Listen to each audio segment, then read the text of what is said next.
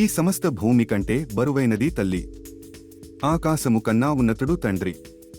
ఒక్కసారి తల్లికి తండ్రికి నమస్కరించిన గోదానము చేసిన పుణ్యము వచ్చును.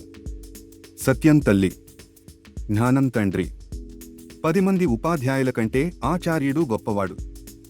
100 మంది ఆచార్యుల కంటే తండ్రి గొప్పవాడు. ఆ తండ్రి కంటే 1000 రెట్లు గొప్పది జన్మనిచ్చిన తల్లి. తల్లిదండ్రులకు సేవ చేస్తే 6 సార్లు భూప్రదక్షిణ చేసిన ఫలము, 1000 సార్లు కాశీయాత్ర చేసిన ఫలము, 100 సార్లు సముద్ర స్నానము చేసిన ఫలము దక్కుతాయి. ఎవరు మాతృదేవతను సుఖముగా ఉంచరో, సేవించరో వారి శరీర మాంసాలు సునక మాంసము కన్నా హీనం.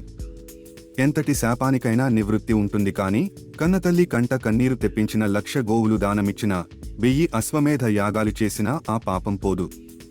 తను చెడి తన బిడ్డలను చెడగొట్టిన తండ్రిని అసహించుకున్నా తప్పులేదు.